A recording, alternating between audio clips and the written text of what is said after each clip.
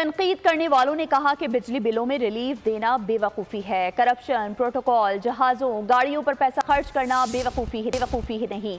वज़ीर आला पंजाब मरीम नवाज ने नाम लिए बगैर सवाल उठा दिए। कहा कि अवाम को 2 माह का रिलीफ भी मिल जाए तो इससे ज़्यादा इत्मीनान की कोई बात नहीं। बिजली के बिलों में 2 माह का रिलीफ शॉर्ट टर्म रिलीफ नहीं। मरीम नवाज ने कहा कि सोलर प्रोग्राम लाएंगे, बिजली के बिलों से निजात मिलेगी। हमारा काम खुद बोलता है, मीडिया पर बताने की ज़रूरत नहीं है।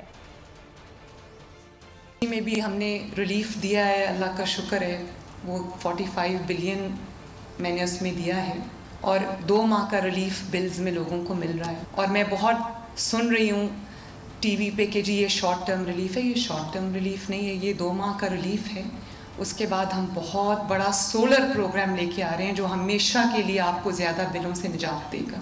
तो मैं कल देख रही थी, किसी ने ये लफ्ज़ इस्तेमाल किया कि ये बेवकूफ़ी है, तो मैं हंस पड़ी।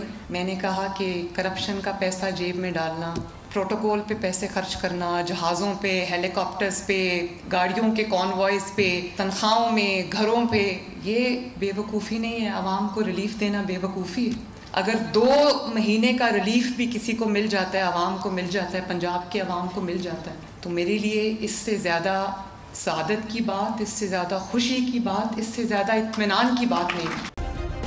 सब्सक्राइब करें और बेल दबाएं ताकि कोई खबर रह न जाए।